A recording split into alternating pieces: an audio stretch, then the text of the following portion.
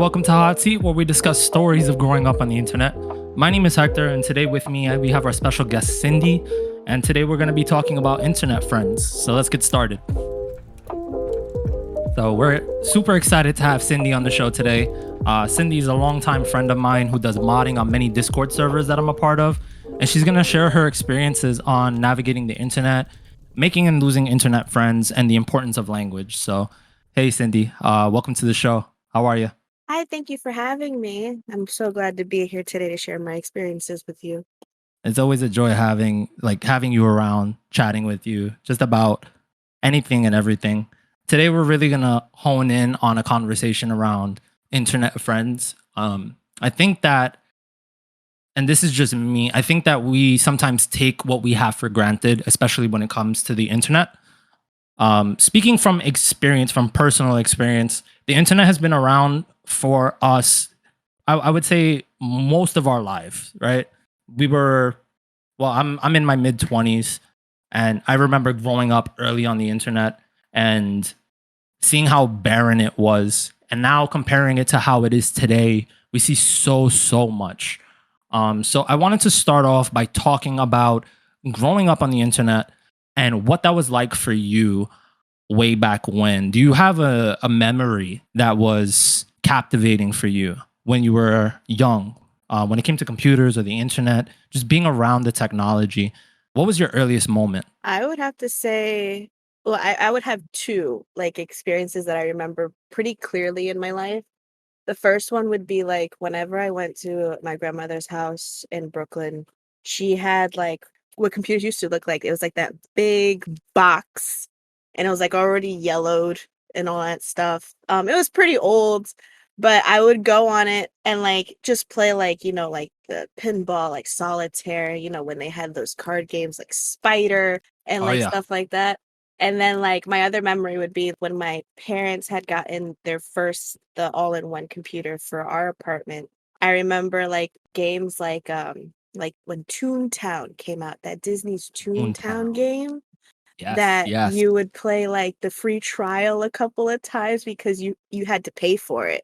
It was like one of those like subscription-based games Right. when they came out and stuff like that. I mean, I'm in my early 20s, so like I only experienced so much when it came to like when the internet first came out, but I remember like when my grandmother, she had Windows 98 on her computer. Wow.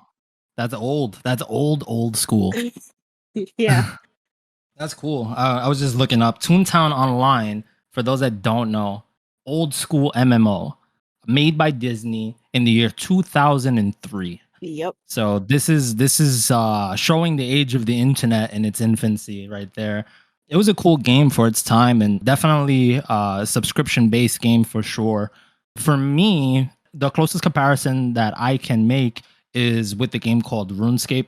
I'm sure you're somewhat Oh yeah. familiar with the game. Is old school, just medieval knights and dragons and quests and all that good stuff. But for me, I remember I would play the entire free version of the game. And my mom, she was very strict with me when I was growing up. When it came to games, I didn't have like a ton of money when I was growing up, but a subscription based game is something completely different because it's one thing if you really enjoy the game and you pay $60 as a flat rate. You can enjoy the game for what it is. You can have it for many years. You can always go back to it and replay it if you want. But for subscription based games, you don't have that luxury. Once the 30 days is up and your membership is expired, it's expired, and then you're limited to what you can do in game. And for some games, they only have paid memberships as well. So for RuneScape, they had a free version of the game that gave you like 32 quests or something like that. So it was like a small chunk of the map that you can get through and play through, and you can still interact with people online, which is really cool. And I remember just busting through everything that there was to do during that time. And this was a few years after Two Town. This was 2005, 2006. Mhm. So the paid subscription was maybe about $8 at the time, which is kind of a lot. Even in today's currency, like $8 for a month of video games, like you got to play the game a lot. But Yeah. nonetheless, I was on it consistently, and I remember I would charge my landline the $8. I wouldn't go to the store and like buy like a gift card, but I would call, and there was a way to charge my telephone bill where I would have to like call a specific number and put in a code, and then they would charge the $8 to my bill, and my mom would pay it every month. So shout out to her for Oh, making the games wow. come true. But yeah, that was one way in which I played back then, and definitely like way back when. I remember having tons of fun on that game. MMOs are they're intense. There's always a lot to do, right? I feel like it's a dangerous, like, I guess, lifestyle, like to play MMOs all the time because $8 for back then is a lot, but now, Yeah, like playing like WoW or Final Fantasy 14, they're $15 $15. a month. Like, Yikes. and so it's like one of those things where it's like, yeah, $15, you have to be able to commit, and it's a lot because a lot of them can be very like grindy. So it's like constantly playing. But when someone like when you're an adult and you don't have a lot of time to do that, it's kind of hard. So it's not really worth paying that much every month just to play. I agree. And if you have a friend that you really enjoy playing that type of a game with, it makes it so much better. In my opinion, I can hang out with one person, and if we're both into this MMO type thing, MMOs are normally layered. There's so many things you could do. You could go fishing, you could go do quests together, you can go player killing together. There's like a million different things you can do. And depending on the MMO, there might be more or less. For the ones that I played, there was definitely a lot to do, to the point where like I never fully completed everything. But I Oh think I yeah. think you have to be a specific type of person to play an MMO and complete everything. It's really difficult, very grindy, like you said, And and to it's just a stick lot of with work. it. To definitely Yeah, stick with it and not, like, get bored of it and not want to play something else. And it really does suck because a lot of them nowadays, you have to buy the expansions to, like, really, like, continue on with the story, and sometimes those expansions can cost, like, an actual game that you only yeah. buy one time for, 60 bucks. So it's like, is it really worth it? I mean, I'm sure it's worth it to a lot of people, but for me, not particularly, at least right now. I could change my mind like the next like 3, 4 years.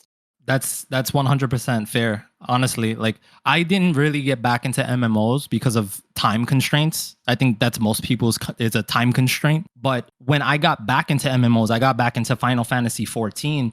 And Final Fantasy 14, much like every other MMO, has a million things to do in it. And it was at the start of the pandemic. And I remember we have a server, it's called Geek Retreats, a Discord server that we hang out in. And it's one of the servers in which I interact with Cindy the most. And that server, during that period of time, everybody decided to get Final Fantasy 14 since nobody was working and we all had extra time to do what we needed to do. And we would spend like literally like 8 hours a day playing this game. One, because it was so addictive, but two, because in order to get any progress done in the game, you need to put that amount of time into it. So 8 hours a day, you can really see the needle moving. Obviously, you get a little fatigued from doing that for a little bit because it feels like a damn job. But other than that, I had a blast, but only when I had the time to do it. You ask me to do something like that now, there's no way I'm going to be able to sit down and spend 8 hours a day playing this game, let alone 1 hour a day playing this game. For some people, that's too much of a commitment. Yeah, definitely. But one of my earliest memories is also much like yours, going to my aunt's house, and she had, I'll call it the dinosaur computer. I forget what you refer to it as, but I'm gonna call it the dinosaur computer because it had that big back. Oh yeah. It was like beige and yellowing, like you said. I think it was a Gateway, and it also ran Windows 98. Do you remember Gateway, Oh my the god. company that had the little cow as the logo? I guess Yes, I think I only ever saw one gateway computer in my whole life, and this they're is so but it bad. was it was the laptop version. It was Ooh, like a thick it obviously it had the gateway logo on the back on like the cover, and then it was like super thick. Like now obviously computers, like a lot of laptops now are like super thin and like they have like they're like 10 times better than what they were back then. But it was like a super thick gateway computer, and this thing ran like so slow. It was so slow. It was so bad. It wasn't mine, but I used it for like when I was doing schoolwork. It was my parents' friend's laptop that they let me use at the time. hmm. But we also had a desktop computer, which I guess can also go into like early memories, is when Wizard 101 came out. Like Oh that's man, that's an MMO that I remember that I tried to play and it put a virus on my computer. And my mom what? got very mad at me and she never let me on that computer ever again after that. unless it was specifically for school. Wow. That's a life changer right there. That must have had you a little worried when you put the virus on the computer, no? Oh yeah. Oh yeah. But the thing is, I didn't know. I had no idea because I had done it, and then, like, for some reason, the game wouldn't work because it's also a subscription base. And I Right. and obviously still being pretty new to, like, I guess, PC gaming and stuff like that, you're still kind of learning how things work. So, like, I was still like, because I was like, "Oh, this looks really cool," because obviously websites had a million ads on them before, I guess, before ad blocker existed or anything like that. Oh yeah, 100%. They had the banner ads all over the Oh, yeah. webpage, So, like, plastered everywhere. Wizard 101, when it came out, it was everywhere. I saw it all over the place. And I was like, this looks really cool. And they would show like commercials like on TV and stuff. And I was like, I want to play this. This sounds really, really cool. So I downloaded it, and then I still like a little kid. I'm like 8. So I'm still like trying to figure it out. So Right. like, but I guess like I never got it to work, and then for some reason after that when my mom tried to use it, she noticed that like something was wrong, and like she came to me and she's like, "Did you download something?" And I was like, "No." 'Cause, you don't wanna get in trouble. But, Of course. like, she found out that I had downloaded the game, and she's like, "You put a virus on the computer, you're not allowed on here," and, and she had to try and fix it, and I wasn't allowed to go on that computer unless it was for, like, schoolwork anymore and, like, play, like, games or whatever. Because I used to play, like, all those, like, Flash games and stuff like that. Long live the Flash games. Long live mini clip. Oh, long live, like, when you go on, like, the Nickelodeon games or, like like, The Disney Channel Disney games. Channel games, like Oh my god. There was one I used to play religiously when I was, like, in the 4th grade. It was like a Teen Titans, like a Street Fighter type game. It was a fighting game. oh, I think I know what you're talking about. It was a Flash game. It was super cool, and I remember, like, I would always play as Cyborg. I don't know why. I think just because he could shoot, and I was like, "Oh, Uh, yeah, like, that's, kinda cool," you know? right. Wow. I don't know. I just have the faint memory of just telling kids in school like, "Hey, I'm gonna beat you up in this game," and they were like, "No, I'm gonna beat you up." And then we would go to the library, and I would win sometimes, and I would just like be too much of a spoiled winner, I guess you could say. Oh, I yeah. was like one of those like jerks, like, you suck. Gotcha. You live and you learn, right? Oh, no, I know exactly what you mean. I think it was like, 'cause I moved to Florida after, because things happened. So family moved to Florida, and then I used to always go to, I know they have places like this in New York, but I used to go to, like, these arcade places all the time, especially when I went to, like, summer camp and stuff, and they would have, like, this one arcade game that I would always play. I don't remember what it's called, don't like, if you were to ask me, like, what it was, I couldn't remember, but it was basically like, like, those top-down kind of, like, multiplayer, like, magic games, like, you would go through a dungeon and you would, like, fight these monsters to get to the end, like, kinda thing. So Like a I Diablo type. kind of, but I don't think it was Diablo. But, like, but I would always play with, like, my friends and stuff, and that was, like, the one game I always used to go to. I wish I could remember what it was, but, like, if you show it like, if I looked at it, if I could find, like, any sort of video or, like, picture with it, I could tell you, like, this was it. But I wish I could remember what it was called. But yeah. That was the juice back then. That was Oh, that was yeah. what got you going. Basically, yeah. That's pretty cool. There's so many games that we can like relate to. But moving on, I wanted to segue a little bit into a game that we're gonna have here on the show right now. It's called Easier or Harder. Very simple concept. I'm gonna make a statement, and you let me know whether it's easier or harder for you or for somebody else that might be in your shoes. Um, and then just explain a little bit as to why you chose that answer, and we can have a little conversation about it as well. So I'm gonna start off. We're gonna talk about making friends on the internet, easier or harder. Easier. And the only reason why I say that is because you're behind a screen, and the only thing that people can really judge you on, I guess, like, depending on the game, is either how good you are, or even, like, okay, kind of going into something a little side, but it does fit into this. Like, being a female on the internet is something that it does come easier making friends. So once they hear you, they're either going to be really mean to you or like really nice to you.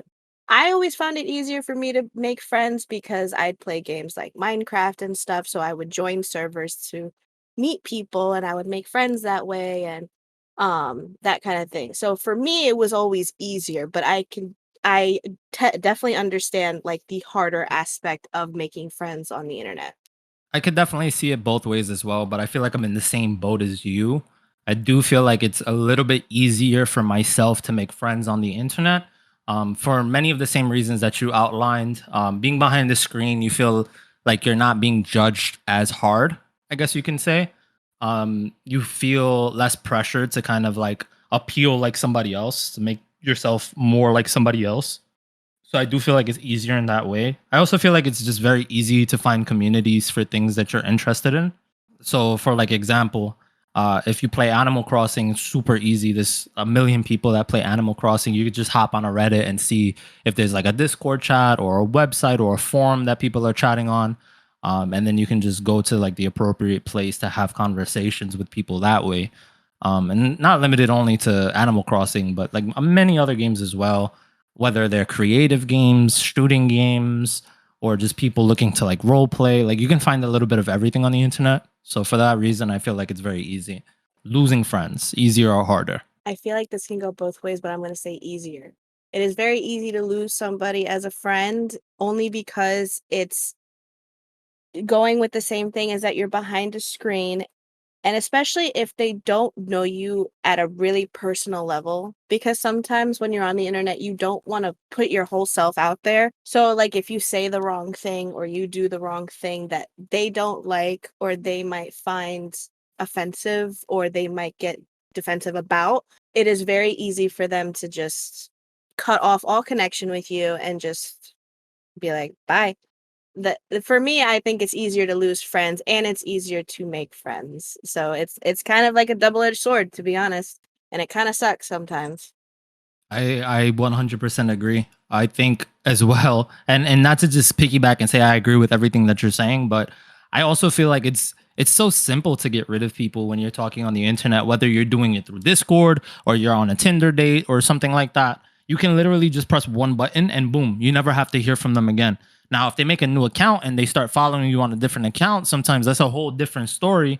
And that does happen, especially like with internet relationships or like people that are looking for like intense friendships, like people that are very like clingy. You see that more often. But for me, a lot of my internet friends that I've lost, I don't say that they've ended with me like blocking them or anything like that. It was usually just like, hey, we came to like some type of disagreement and now we don't talk because of the disagreement. Like there was no way to proceed, or maybe they just didn't have a care to proceed.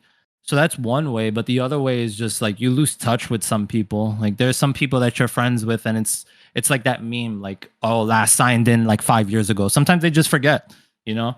No, They don't use the yeah. same accounts anymore. Their life changed, so now they don't have the same space. I mean, we were talking about MMOs before, not having the space and the time to have something like that in your life. It's the same thing with people sometimes, and it sucks, but that's just the reality of it. And for many people, and this is me going off on a little tangent here, for many people I feel that you're friends with them in real life, and it comes to a point where you kind of have to be internet friends in a sense because you don't make the time to meet up for whatever reason. Maybe you have a wife now, maybe you have kids now, maybe you have a job that takes all of your time up. There's so many different ways that you can fall into like an internet friend category without even it being like you're a legit internet friend. It's kind of crazy, but that's the world that we live in 2022. Yeah, that's kind of the sad truth about it all. Like even now, like it's funny that you say that like people like, we all have a life, like we end up getting married, we have kids, whatever. There's actually like I actually got a message from somebody that I haven't spoken to in years. Like I'm gonna say like 5 years at least. And he messaged me the other day saying like, "Hey, I know it's been a long time, but I hope you're doing well." And I was like, "Oh my God." I was like, that's crazy because we were friends on Steam and I haven't really gone through my Steam's friends list. So like I still had people on there from like, 6, 7 years ago. So it's crazy. Even like you think you like, there are times, and these times are always nice, is that you think you lost touch with someone and they don't wanna talk to you anymore, they moved on with life and all that stuff, but to have that same person, like, come back and be like, "Hey, like, I hope you're doing well, like, it's been a long time," like, that it is kind of nice, and I always think that's really nice to hear from someone that you haven't heard from in a very long time, especially when you were kind of close with them and you always played video games together and that kinda thing. But yeah, it does suck when people kind of just drop off the face of the earth and you're like, "I hope they're okay." Especially if you never had any sort of like bad blood with them or had any sort of argument or disagreement or anything like that. I think it really sucks that when like that person kind of just ups and disappears. And then it also sucks when you actually do have a disagreement with somebody and they just don't want to talk to you anymore. Right. And you have no control over that because, they're entitled to their own opinion, whether it's good or bad or whatever. But, you wanna lean into the good times, and sometimes the good times aren't there. And, you just have the bad times, and that's the taste that they have in their mouth. But just like you said before, sometimes you are with you're friends with people that fall off the face of the earth for whatever reason, and they never forgot about you. And you can tell that, like, hey, like them just reaching out and sending a message shows that they were thinking about you at some point.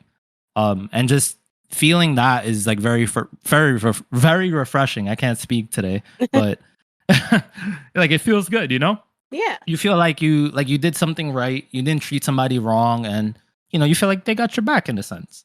right. Nothing wrong with that. And I think that's cool because that actually leads into the next one. Finding people with common interests, is that easier or harder for you? Oh, definitely easier, especially when you look for like a Discord or a or any sort of server that basically is around the same interests as you, especially at the time.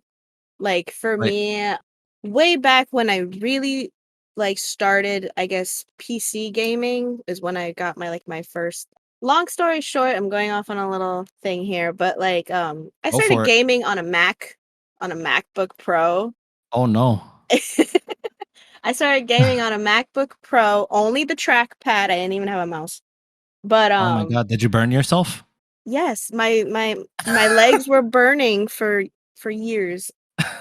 But, I my first, like, I guess my first real PC game that I played was Smite and Minecraft. It was a little bit of both, especially when Minecraft really blew up.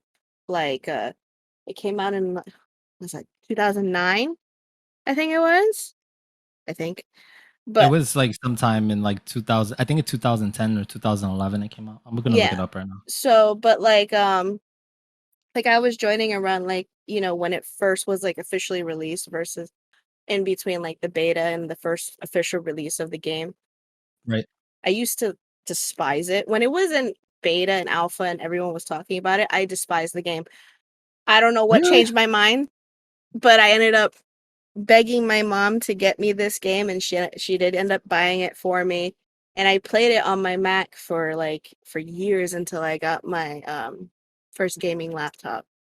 But, I used to join, like, cause YouTubers were definitely, like, doing, like, a lot of different Minecraft servers, like, they had their own servers that people could go on to join their community and make friends and, like, share, like, that common interest in, like, this YouTuber plus Minecraft. So, it was basically my first introduction into joining a community. I used to watch I know she's still around. I used to watch, Justine. I know she doesn't go by I that name just any mean. I know she doesn't go by that name anymore, but, obviously, I'm sure you've heard of her. She reviewed Apple products for a long time.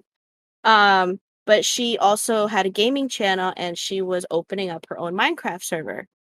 And I was like, "Oh my god, like, this would be so cool if I could join," because it was completely free to join, you just obviously had to purchase the game. So Right. when I got the game, it was basically like that was the first thing I did is that I went in there and I didn't really know too much about Minecraft, I just knew what I saw in those videos, and I ended up actually joining a group of people that also shared interest in her and also another YouTuber that I watched at the time. So it was like my first intro into like, having a little group of friends, and we ended up sharing Skype contacts. Was when Skype Skype. when Skype was a thing, and we ended Yeah. up talking through there and like, voice chatting and stuff like that. Like this is before Discord existed. Right. So I've been through a lot of different like voice chats and stuff like that. So like there was Skype, and then there was TeamSpeak. TeamSpeak. Yes. Before Discord, there was TeamSpeak. TeamSpeak was That like was good. it was good. It It was was very solid. good. Yeah. But yeah, so that was my first intro into a community, and then the whole Minecraft expansion grew even more. And I was server hopping a lot. So I hopped from server to server to server, like kind of meeting people and also just playing games and having a good time. Cause about to get a little real, but like I didn't have a lot of friends in school. So the internet and playing these games and jumping in these servers was kind of my escape from reality and escape from all of the personal things that were happening in my life at the time. Right. So it was basically like my happiness, like joining these servers and meeting these people, and they were actually really nice, and I was like, this is really cool. There was a genuine interest from them to you. Right. So, but just like all things, they do come to an end at some point. The server ended up getting shut down after I think about a year. So I ended up kind of losing contact with all those people, and we all kind of went our separate ways. And then but there were still YouTubers like putting out like Minecraft servers. So like I kept looking, and I kept, discovering new YouTubers and watching them and really enjoying them. And then I would join their Minecraft servers. Probably around in like 2012, I joined one by the YouTuber, he's a Twitch streamer now, by the name Sly Fox Hound. And I joined his Minecraft server, and it was just kind of a short-lived thing. So I kind of like joined, and then like I didn't really meet too many people there. It's kind of Um big, right? yeah, it was a lot of people. So like you kind of learn that when you go into like a higher, I guess, subscriber viewer base on like a YouTuber, it's going to be a lot of people that you're going The to see. population, because the YouTuber has so much reach Right. that they're able to pull so many people, and then it becomes like everybody just talking over one another. Yeah. There's no space for somebody to have like the spotlight on them for a minute or two. Oh yeah, definitely. Yeah, it becomes difficult. I've been in those situations before. It's not the easiest to stand out in a group of people where, you feel like maybe somebody's a little bit more interesting, or they have like a lot more going on than you. Oh yeah, And definitely. then, people are naturally going to gravitate towards the people that are more outgoing. Me specifically, like I relate to joining a lot of internet communities. However, I feel that sometimes I can be a little bit more outgoing. And then there are other times where I'm just like not, and I just dial it all the way back, maybe because I don't know people and I don't feel comfortable talking to people about certain things, or maybe I just don't feel comfortable talking to them at all because I don't know them. And I'm sure you can relate to that in a way too, right? Oh yeah, definitely. It's one of those things where I'm obviously not an outgoing person. Like, it takes a lot for me to even like put myself out there and like to talk to somebody. So like joining such a very populated server was like very, very difficult, because even saying hi is sometimes like a really hard thing to do. And unfortunately, it still even happens to a lot of well-loved YouTubers and a well-loved Twitch streamers, because you want to enjoy somebody and you want to be like, oh my God, like this person's really good. And you want to talk to them. But it's really hard because the chat's going so fast. You can't interact with anybody, and you can't even say hi because they won't be able to acknowledge you because it's going too quickly. There's no way for them to even see you. Right. And Unless you donate and you put your oh yeah. message in a donation, right? Yep, basically. Or you subscribe and you're like, "Hi, I'm here." Then you So, get a nice warm response. But right. only when it's that crazy. Exactly. Right. I mean, yeah, and then going back to what you were saying before, yeah, absolutely. Minecraft came out in 2009. Yep. I was along that bandwagon as well. I think I joined late 2010 when they were in beta. It was like pre-alpha almost, I think. Hmm. There wasn't much to do. It was like you just put blocks down and you run around, you run away from zombies and creepers. It Oh wasn't yeah. like how it was now. You have the end and the nether and all this other stuff in between, a million ways to customize and enchanted items. It was literally just blocks and you building stuff and trying to be creative and not die at the same time. Oh yeah, Completely definitely. different Minecraft than what we have today. Going back to what I was talking about with Zach last time was Minecraft today. You have the education version, which is like allowed to be played in some schools where they teach biology and about biomes and how weather Mhm. temperature works and stuff like that, which is really cool. It's really, really cool. And then going back to what you said about iJustine as well. iJustine, actually, she still goes by the name iJustine. I was looking her up. She is still very much big on YouTube and just recently talked about some stuff. She just released a new video not too long ago. So she's still going strong with 7 million Oh subscribers. yeah, Still doing her thing, which is really cool. Understanding others, easier or harder? harder. Harder. Wow. Okay. I only say that because everyone's different, and it's honestly, you don't know how different people can be unless like you interact with enough people. You might think that someone can take the same joke that someone else can, but it's more of understanding why people do things that they do. I've talked to I just not even a number, but there's a lot of people that I've spoken to with a lot of different personalities and a lot of different vibes. So there's a lot to be said because some people are different. Some people you vibe with, some people you don't. And that's the sad reality. It it's one of those things where for me, I feel like it's harder only because I always try to not say the wrong thing. Because I don't want that person to get upset with me. I don't want someone to get mad at me because, "Oh, but why did you say it like that?" Well, I didn't mean it like that, you know? So you're not confrontational in that sense. Oh, no, I'm definitely not confrontational. I try to watch how I say things, the way I say things. Sometimes I don't say anything at all because I don't wanna say the wrong thing. I feel like I am very much the same. In that I just want to live my life without conflict sometimes. And I think especially on the internet, it's really easy to have a misunderstanding if you're having a conversation with somebody in text, but there's a specific tone that might be underlined that you didn't really think of before something was sent, and then you receive it in that way and you get bent out of shape over something that was just a miscommunication. I feel like that happens more often than not, as opposed to you speaking with somebody over a voice channel and then having that disagreement with them about how they said something. Because usually when it's in the moment like that, it's either nipped in the bud, or like you don't want to talk about it anymore, or you just move on from that person and you don't have that interaction again. But sometimes it's like they say something that seems so how would I even word this? It seems like it's not supposed to be offensive in any way, but the hints of like a tone that was coming out make it more offensive than what it's supposed to be. And then you just get into this big argument for no reason. And it's Right. all a misunderstanding. It was all for nothing. I feel like that happens all the time. I was just gonna say, and that's the sad reality. It really sucks because it's like you can at least for me, I've always been kind of like a people pleaser. Like I don't like making people upset. I want to be able to I especially like back then, I wanted to be able to be friends with everybody and make everybody happy, but obviously it doesn't work like that.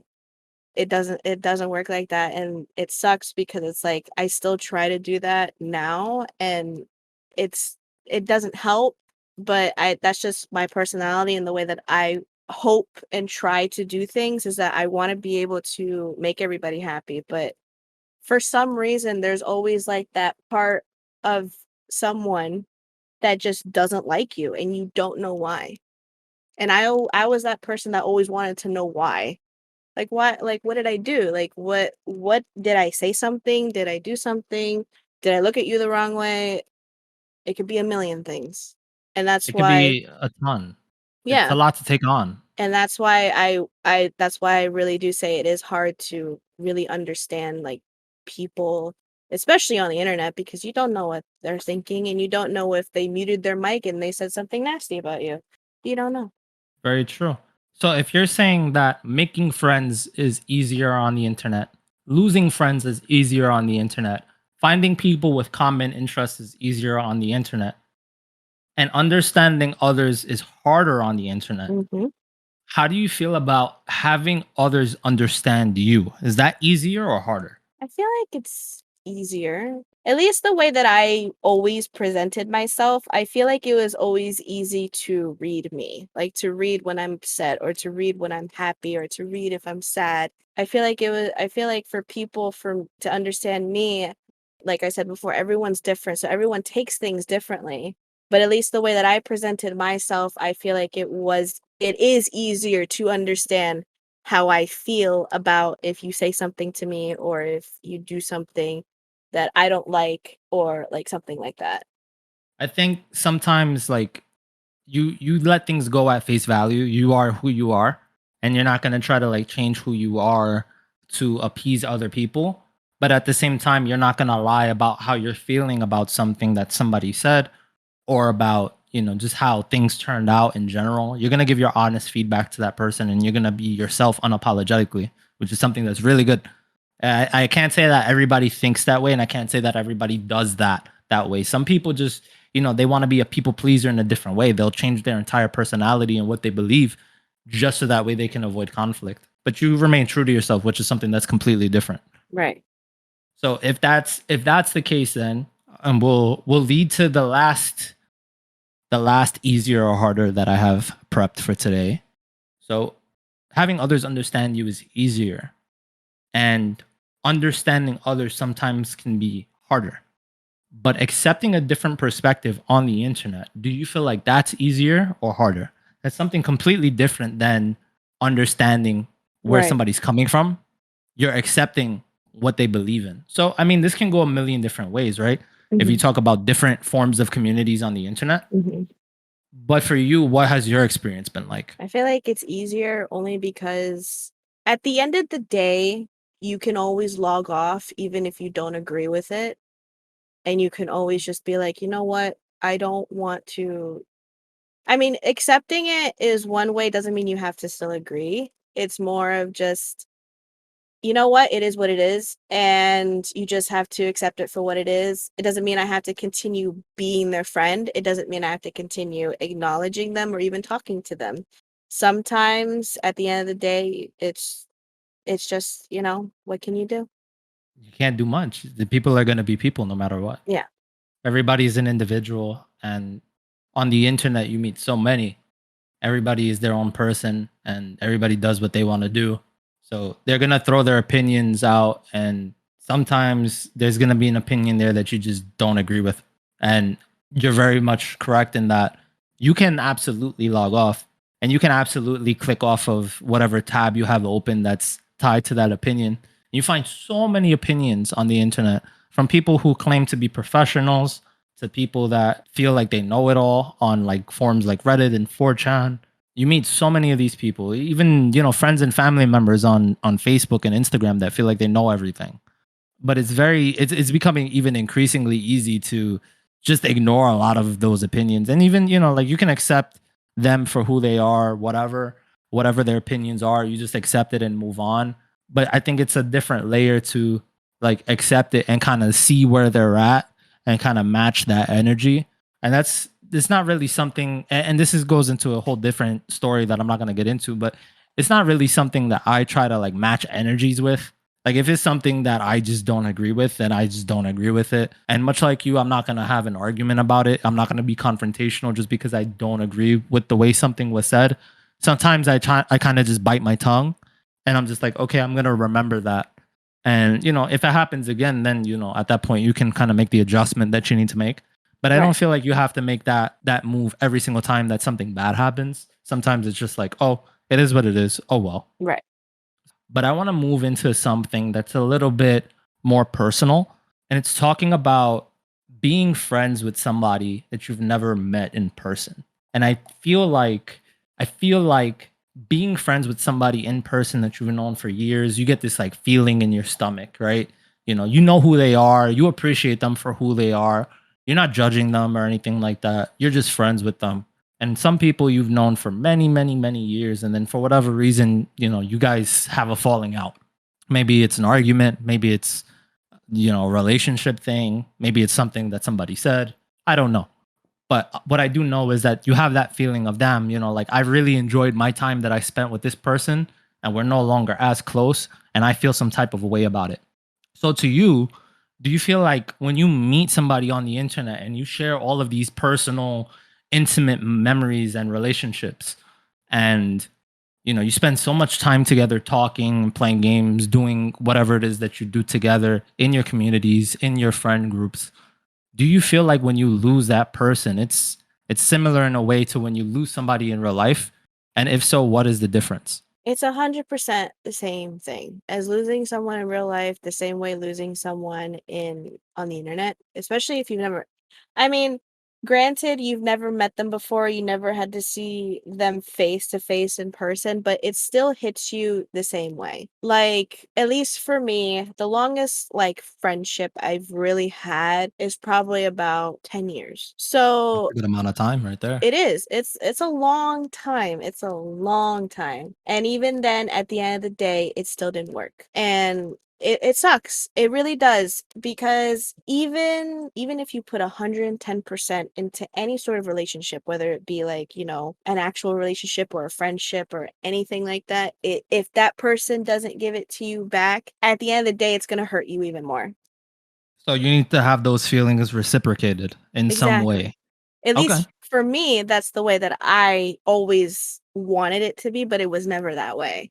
Any friends that I've ever had on the internet, especially if it only lasted maybe 6 months or maybe 2 or 3 years, it's still especially back then, it still hit me very, very hard because like I said before, I didn't have a lot of friends growing up, especially in real life. Yeah, you have people that you meet in school and stuff like that, but there's a difference between having people in school that you talk to and having like people that actually want to hang out with you outside of that. So yeah, I had people at school that I've spoken to, but I never really had people like that be like, "Hey, I'm going, to the park. Do you want to come?" Like, I've never really had that growing up.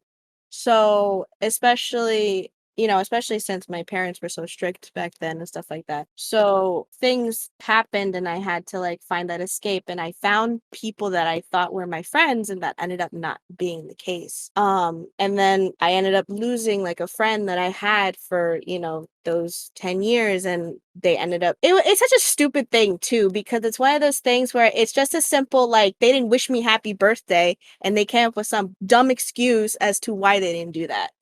So, it's one of those things where it's like, it takes that one thing and it's all over and it sucks and there's nothing you could do about it and it's like you try to fill that hole with more people and it doesn't work. That's how it's always been for me. I know everyone has their own experiences. Well, it's the internet. No one cares or no one, you know, everyone's different. But like for me personally in my experiences, I've had so many it doesn't matter if I've known them for however many years. At the end of the day, it still hits like a truck because it's like you put in everything and you talk to them every day and you do everything with them and you play games and you do all these things and at the end of the day, it doesn't matter because all that got thrown out the window because they said something or they did something or they believed someone else over you. Yeah, I mean, I totally hear that. I think that sometimes it's very easy for us to forget that there's somebody else who is a person with their own opinions, feelings, whatever on the opposite side of things. So when you go through everything, sometimes you have these disagreements and you can't come to a conclusion together and you're just like, damn, man, like, this person is so stupid. And you get so aggravated with how they're acting. You just forget, like, hey, like maybe they're going through something. Maybe you don't understand everything that's going on in their life because we only see a certain side of people on the internet. It's very different when you meet somebody in real life. And we can both speak to it because and we were talking about this a little earlier before we went live. We've both met people on the internet that we care very deeply about. I met my fiance on the internet back way back when. I'm talking like we were talking in the early 2010s. We were having our first conversations. And we were just friends back then. We weren't looking for anything like relationshipy. It just came to be, right? So I think it's very different when you think about those type of relationships and how you feed those relationships as well. Because the people that you meet online, although they're not your significant other, we can talk about significant others all day, but they're not your significant other. They're just another person, but it's still a relationship. It still requires all of the same things that you would feed to a wife or a fiance or a girlfriend or whatever. You have to nurture that relationship. You have to talk to these people. You have to play games with these people. You have to share intimate memories with these people. And if not, then that relationship falls apart, much like any other. But sometimes those relationships don't work out no matter how you water them. The same thing like with a relationship. Sometimes it just doesn't work out. It wasn't meant to be. And that's okay. It doesn't mean that you have to wish the person bad or anything like that. But just understanding that, okay, things didn't work out and they didn't work out for a reason. And, unfortunately, I'm not going to see this person again. It sucks. It sucks. But we go through it so often now, especially with the internet, that I can't say that we become numb to it, but we become like part of us becomes desensitized to it because it's so normalized now. Oh yeah, definitely. And like going off of what you said, like you met your fiance like way back when. The same thing was for me. The only thing is that like with a mix of that plus like everything that happens, because life happens and things happen and there's nothing you can really do. Happens um quick. Comes with also almost losing that person. Losing that person because you're so in your head about you're worried about everything else and you do things that you're not very proud of Yep. and you end up almost losing yourself. I mean, luckily I was able to work through those things and I was able to recuperate those things and make it better, but it's still one of those things where it's like when you try so hard and you do so much, it takes a toll on you. Like it's bad for your mental health and it's bad for just your sanity. Like you can go insane and it's just the internet. And the thing is that like I didn't really have anyone to tell me like it's okay or it's going to be okay cuz my parents, they didn't really think much of it because you know how parents can be like they don't understand when it comes to certain things because for them, they grew up and they went outside and they met people and they met people at school and whatever. Right. It's a um generational difference at that point. Right. So, like, for me, it's like I had to deal with it myself and I had to learn. And that's the thing. Like, granted, yes, I can help people understand, like, why does this happen? But when I was younger and I was going through this stuff, I didn't have anyone to tell me, like, oh, this is happening because of this. It's more of like when we were younger and when we were witnessing these things, and I'm only 24. So this was still only like 10 years ago, like 10, Right. 9, 10 years ago. So it was like one of those things where it's so normalized and people go through it all the time and they can kind of seek help and, seek people that understand. But back then, no one understood. So no one was going through the same thing I was going through, and no one had to deal with the same things I had to deal with.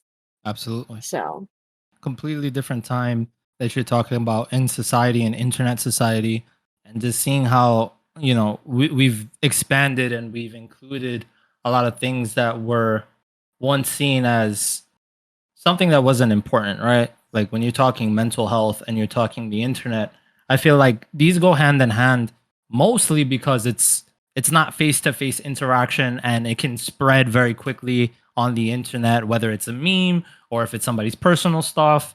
The internet has a wide reach. So for us to kind of forget that would, it would kind of be sad in a way. right. Ideally, what is your ideal internet community? Like let's remove hobbies for a second and just talk about like personality and structuring a community. What are some things that stand out to you when creating a community, and what are some things you would include in your ideal community? Just people having common sense. That's a big thing. I feel like I feel like a lot of people take advantage because it's the internet and people don't think common sense is a thing. but mainly common sense would be like a big factor in building like my own community or building a community in general, is that people just have basic common sense. Like obviously don't, be a specific way, like don't be an ass, don't be, be nice, don't be rude, like just basic things. Like even like especially if not talking about like hobbies and like things that, we all have in common. More of just like, basic human decency, basically. Friendliness, the golden rule, treating others the same way you Yeah. would want to be treated, speaking to somebody in a way that isn't derogatory or harmful in any way, sharing sharing moments in which you're available to feel vulnerable in a sense without feeling judged. I think that's also super important Oh yeah. because you join a lot of communities and you want to be yourself, but sometimes people aren't happy with the way that you are, so they have something to say about it. And it's very easy for them to say something when they're not looking at you face to face and they're hiding behind the computer. Oh yeah. Um, but allowing yourself that space and having others allow you to be vulnerable in that moment, I think that's impactful, and that's something that I've always strived to incorporate, whether I was a part of a clan or a gaming group or an internet community or a Discord server. Just giving people that space to be themselves, super important. Definitely. And that brings us to the end of the episode. So I just want to thank Cindy for joining us. As always, thank you for listening to Hot Seat. Thank you for joining, Cindy. Thank you. Thank you for having me. If you enjoy the show, please drop a rate and review on Apple Podcasts when it goes live. And be sure to come back next week for a discussion with Christian. We're going to be talking a little bit about internet security and the state of the internet. Until then, this is Heccy, and thanks for watching. Appreciate you guys. Take care.